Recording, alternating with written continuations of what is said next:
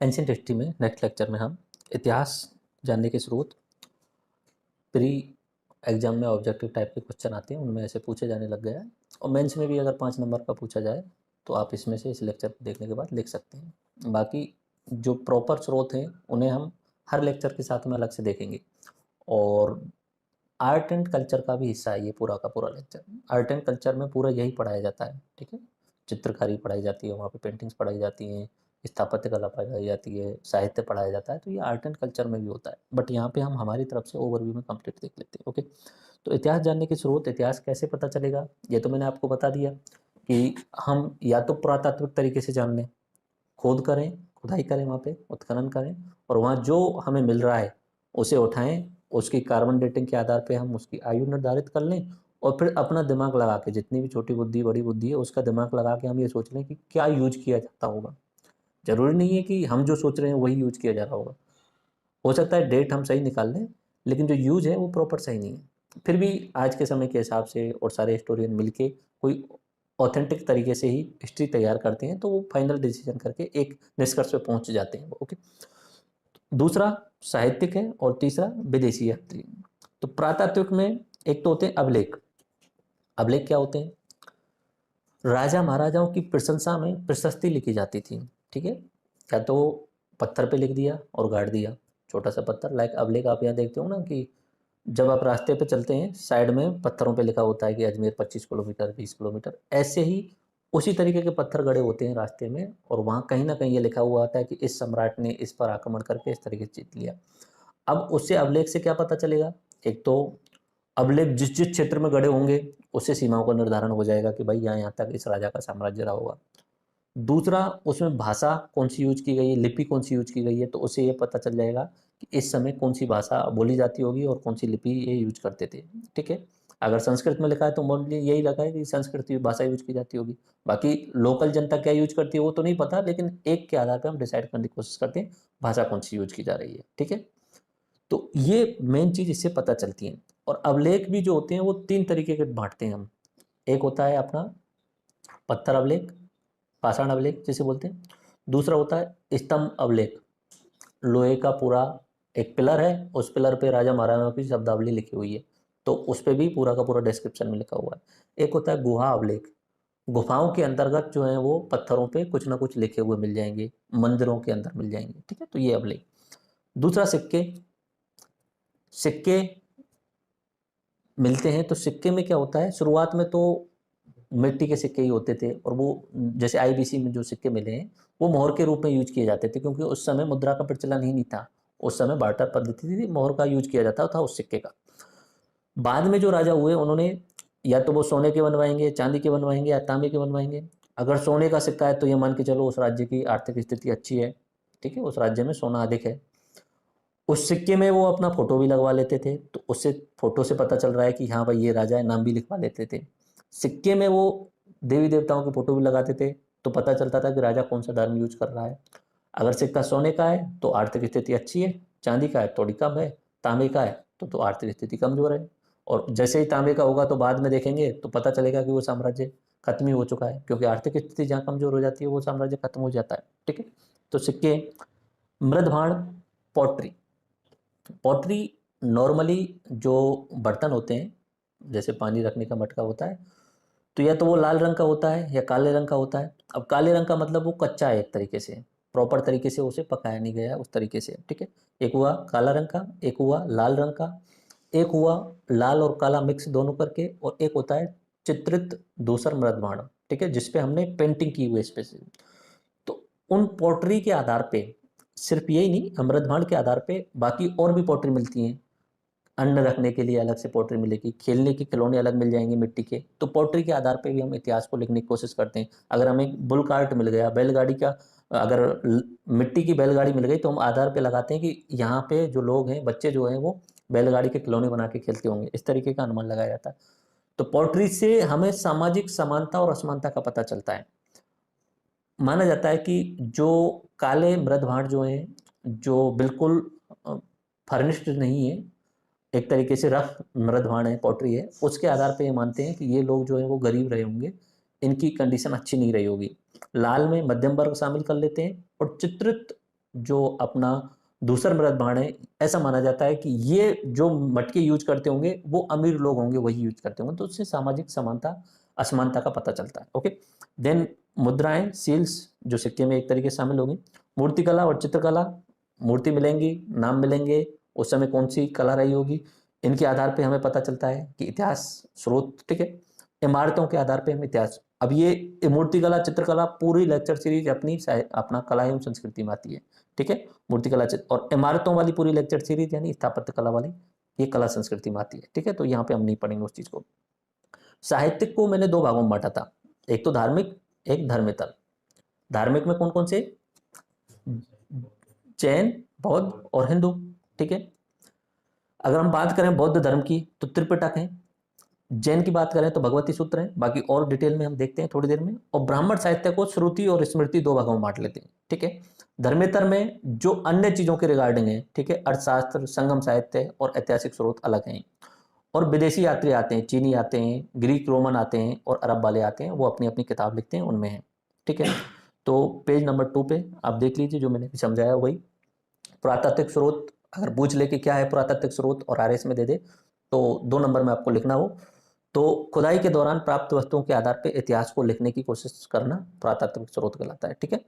और उसके भाग ये हैं, अभिलेख, सिक्के, मृदबाण, मूर्तिकला और इमारतें।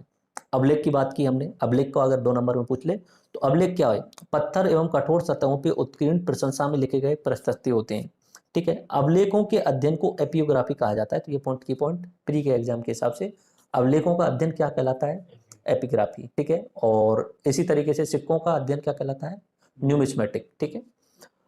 अब अभिलेखों की बात करें तो विश्व में सबसे प्राचीनतम अभिलेख जो मिला है वो मध्य एशिया, तुर्की वाले क्षेत्र में, जिसे एशिया माइनर बोला जाता है, बोगाजाई नाम करके एक जगह है।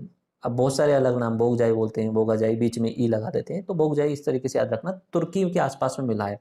ये 1400 बीसी का है। अगर मैं आपसे पूछूं कितने साल पुराना है तो कितना बोलोगे आप, ये करीब करीब 3400-3500 साल के आसपास में रहा होगा। 2000 साल तो ये हो गए और 1400 वो पुराने वाले, बीसी बोला है ना, बिफोर क्राइस्ट बोला है मैंने, ईसा पूर्व बोला है, तो 3400-3500 साल पुराना है। और इस पे ये स्तंभ पे वैदिक देवताओं के नाम लिखे हुए हैं, जिनमें मित्र, वरुण, इंद्र और नासत्य इस करके ये वैदिक देवताओं के नाम लिखे हैं। इसलिए जो आर्य थ्योरी जो है वो इससे प्रूव होने की कोशिश करते हैं वो कि आर्य इधर से आए हुए होंगे, ठीक है। क्योंकि आर्यों में शुरुआत में जो ऋग्वैदिक सभ्यता आती है उसमें इंद्र का, वरुण का, मित्र का, इनका नाम सबसे ज्यादा आता है और इन्हीं का नाम वहां पे है, तो मान के ऐसा चला जाता है। उल्टा भी हो सकता है, वो यहाँ से घूमने गए हुआ, ऐसा भी तो हो सकता है, ठीक है। भारत में अगर की पॉइंट में अगर बात करें तो अभिलेखों को, भारत में सबसे प्राचीनतम जो अभिलेख हैं वो अशोक के मिले हैं, ठीक है। अशोक के अभिलेख मिले हैं जिसमें स्तंभ अभिलेख भी हैं, अपना प्रस्तर यानी पत्थर के अभिलेख भी हैं और गुहा अभिलेख भी हैं, तीनों तरीके के हैं, ठीक है। तो अशोक के अभिलेख के बारे में पहली बार खोज की है ब्रिटिश, जिसका नाम है टिफेन टेलर, ठीक है। टिफेन टेलर या टिफेन थेलर इस तरीके से नाम है।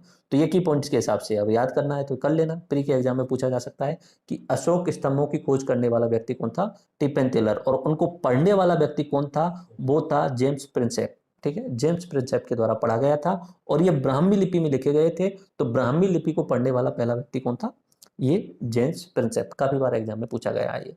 अशोक के अभिलेखों को पढ़ने वाला पहला व्यक्ति कौन था, जेम्स प्रिंसेप, ओके। प्रकार क्या होते हैं, या तो शिलालेख होंगे, पत्थर लेख होंगे, ठीक है, या स्तंभ लेख होंगे पिलर पे, या गुहा लेख। साइड में देखें, एक तो अपना शिला पे लिखा हुआ है तो शिलालेख हो गया, पिलर दिख रहा होगा आपको, पिलर पे लिखा हुआ है, ठीक है, तो वो स्तंभ लेख हो गया, और गुफा के अंदर लिखा हुआ है तो वो गुहा लेख हो गया। क्या जानकारी प्राप्त होती है इनसे, क्या क्या जानकारी प्राप्त हो रही है, एक तो सीमा, क्योंकि जहां जहां पे वो गड़े हुए होंगे उससे पता चल जाएगा कि राजा यहाँ तक पहुंच गए होगा तभी तो वो काट सकता है, दूसरे के राज्य में कैसे काट सकता है, यानी बाउंड्री का पता चल गया।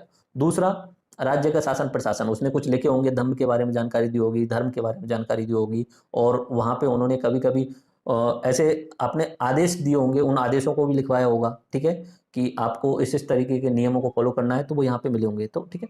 राज्य, शासन प्रशासन और युद्ध की जानकारी मिलती है, धर्म की जानकारी मिलती है, भाषा और लिपि की जानकारी मिलती है, ठीक है। मैप यहाँ पे मैंने यूज किए हैं, एनसीईआरटी में यूज किया गया फोटो है। तो ये अपना अभिलेख वाला टॉपिक, अब इसमें 10 नंबर से पूछ ले आपसे 5 नंबर में, तो ये की पॉइंट्स आप ध्यान रख लेना, ठीक है। अभिलेख अगर 5 नंबर में पूछ लिया जाए तो ये पॉइंट आप लिख देना, इतना ही काफी है, इससे ज्यादा आपको नहीं लिखना। अब महत्वपूर्ण अभिलेख यहाँ पे मैप में मैंने डाले हुए हैं। कुछ अभिलेखों के नाम आप याद रख लेना, ठीक है। नाम तो क्या, उनके राज्यों के नाम याद रख लेना, और उनका जो राजा था उस समय उनके नाम याद रख लेना, यानी किस राजा ने लिखवाए वो याद रख लेना। हाथी गुम्फा उड़ीसा में एक जगह है, और खारबेल शासकों के द्वारा वहां पे अभिलेख लिखाए गए। ओके। जूनागढ़ यानी गुजरात में एक जगह है, गिरनार पर्वत है, वहां पे रुद्रदामन करके एक राजा हैं, उनके द्वारा वहां पे अभिलेख लिखवाए गए। नासिक क्षेत्र में अभिलेख लिखवाए गए गौतमी बलश्री के द्वारा, ठीक है। एहोल अभिलेख कर्नाटक वाले क्षेत्र में पुलकेशिन द्वितीय के द्वारा। अब एग्जाम में ऐसा पूछा जाता था प्री लेवल के एग्जाम में कि एहोल अभिलेख किसके द्वारा लिखवाए गए या किसके द्वारा उत्कीर्ण करवाए गए, तो पुलकेशिन सेकंड राजाओं के नाम। ये मोर इंपोर्टेंट, बाकी ऐसे तो बहुत सारे अभिलेख हैं, सबको याद करने जाओगे तो 500 600 1000 तक पहुंचेंगे, तो वो याद कर ही नहीं पाओगे।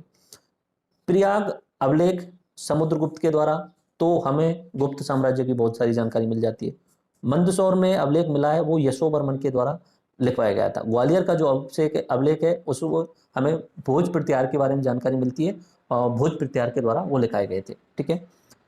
यहाँ पे अशोक, इसके साइड में मैप आप देखिए, location of major rock edicts, जो अशोक ने प्रमुख अभिलेख लिखवाए थे उनकी लोकेशन है, उसके आधार पर आप देखिए कि हम सीमा का निर्धारण कर सकते हैं कि नहीं कर सकते, ठीक है।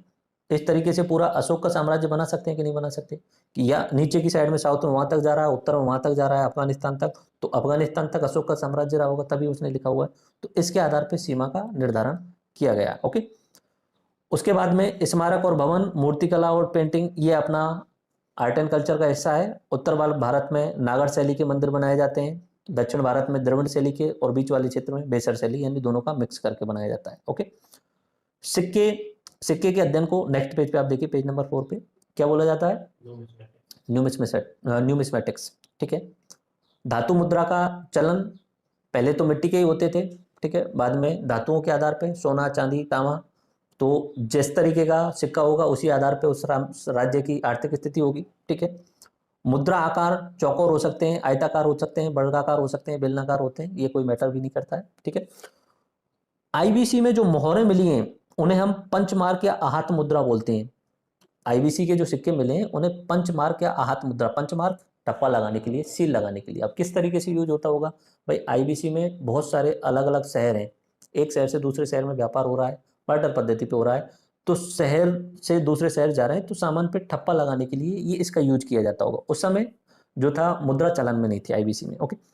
इससे क्या जानकारी प्राप्त हो रही है, सिक्के से सीमा की, समय निर्धारण, धर्म की जानकारी, अर्थव्यवस्था और शासक का नाम, ठीक है। धर्म की जानकारी कैसे, सिक्कों पे किसी देवी देवता का फोटो मिल जाएगा, ठीक है, नीचे आप देखेंगे बहुत सारे सिक्कों के फोटो लगे हुए हैं, ठीक है, तो उसमें देवी देवता का है, राजा का फोटो है तो राजा का फोटो से पता चल जाएगा कि राजा ऐसा था, और यह नाम लिखे हुए हैं अलग अलग समय पे, अलग अलग मुद्राएं, ये आप खुद देख लेना। बाकी जैसे जैसे साम्राज्य आएंगे ना, उन साम्राज्यों में याद कराऊंगा मैं, ठीक है, कि उस साम्राज्य में क्या जो मुद्रा का नाम था।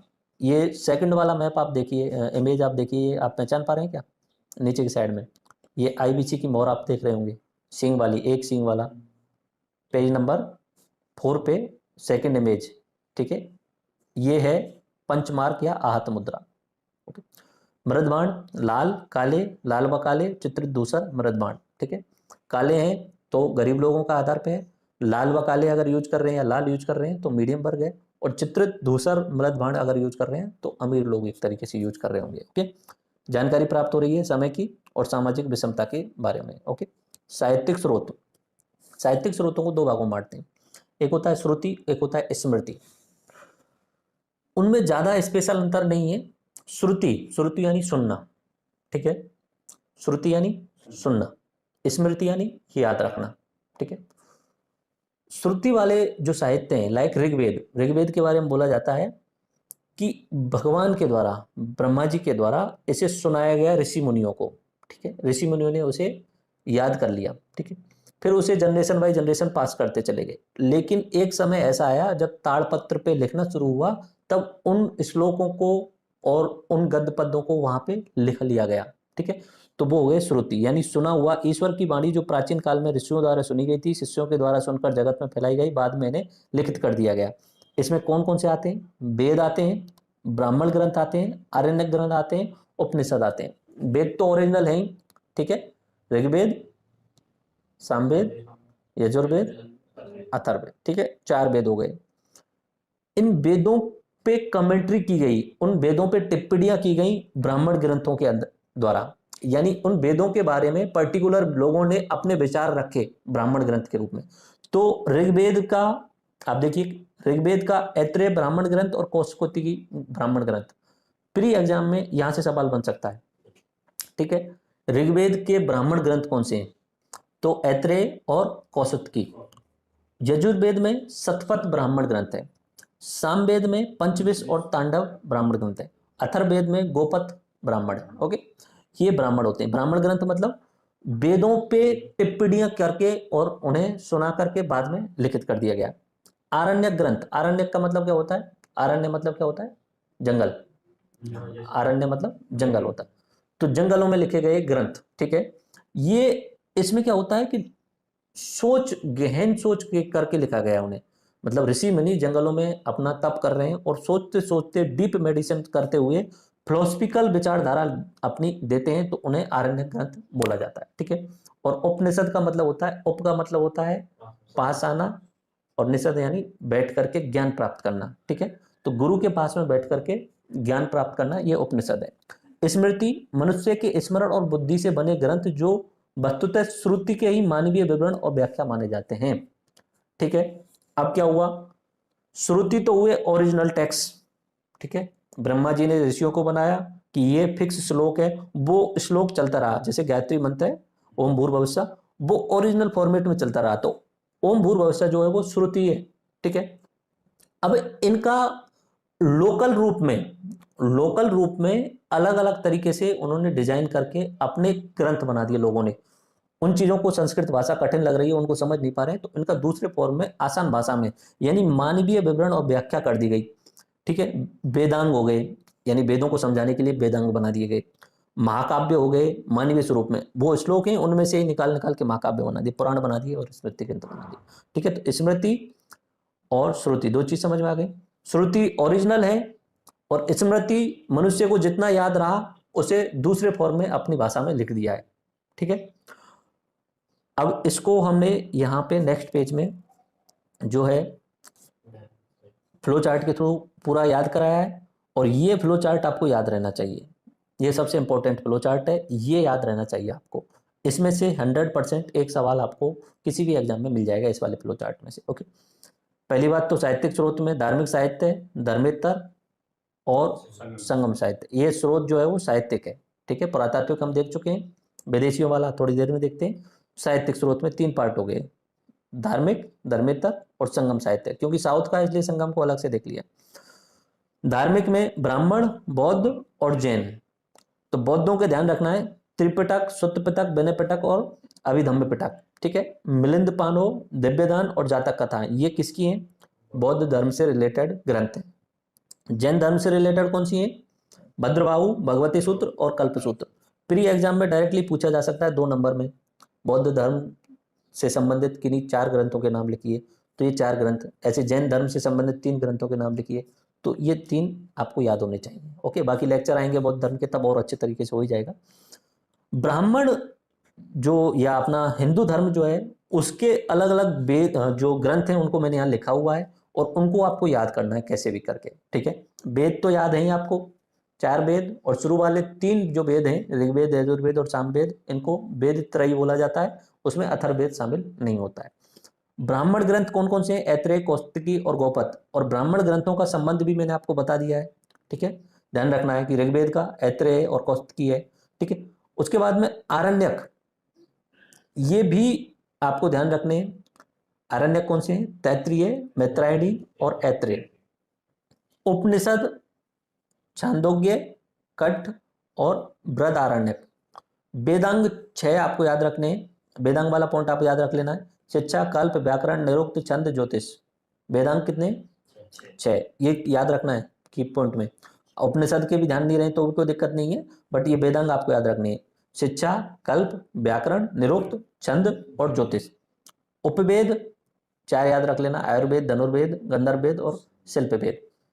6 दर्शन, 6 हमारी प्रमुख फिलॉसफी है, वो नाम याद रखने हैं। सांख्य, योग, न्याय, वैशेषिक, पूर्व मीमांसा, उत्तर मीमांसा।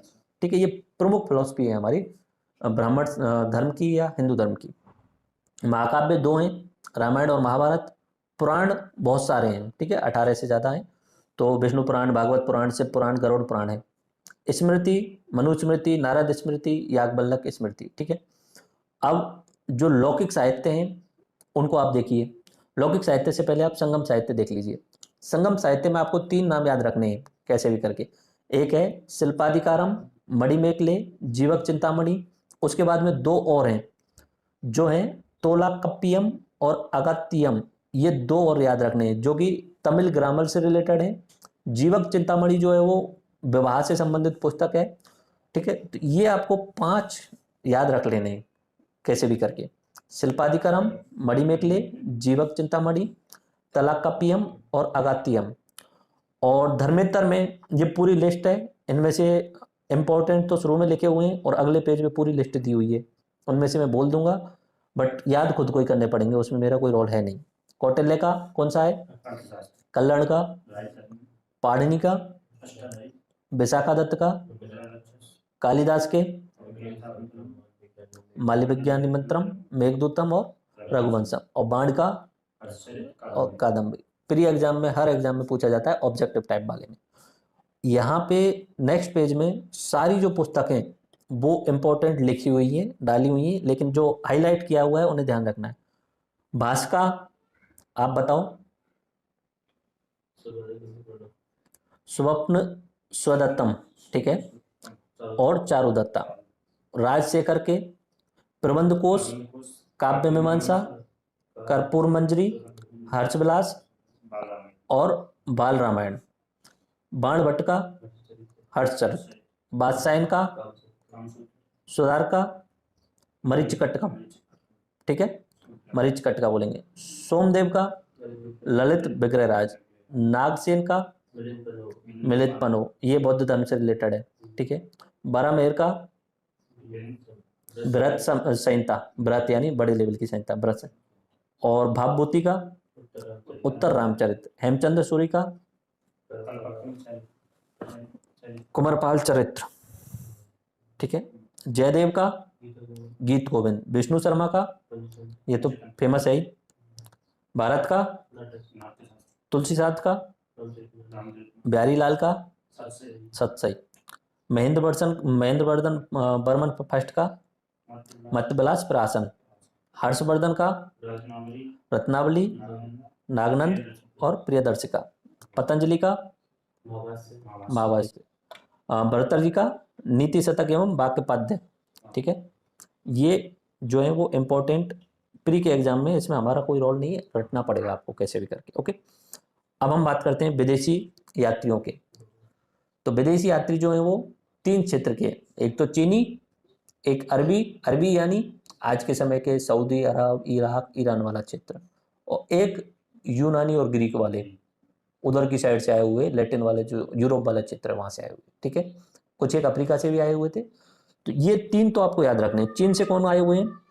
फैयान, हेनसांग और तारानाथ, ये तिब्बत वाले क्षेत्र से आए हुए थे बौद्ध धर्म के बारे में जानकारी लेने के लिए। अब ये आएंगे तो भारत के बारे में अपना कुछ ना कुछ बता के जाएंगे, यहाँ से वापस जाएंगे अपनी पुस्तक में लिख के जाएंगे। ठीक है, ग्रीको रोमन आए, हेरोडोट्स, ये आया नहीं था एक्चुअली में, बट ये हेरोडोट्स जो है वो ग्रीक का सबसे प्रमुख व्यक्ति है जो घूमने में नंबर 1 था, और इसी को इतिहास का जनक भी बोला जाता है। ठीक है, हेरोडोट्स को इतिहास का जनक बोला जाता है, विश्व इतिहास का जनक।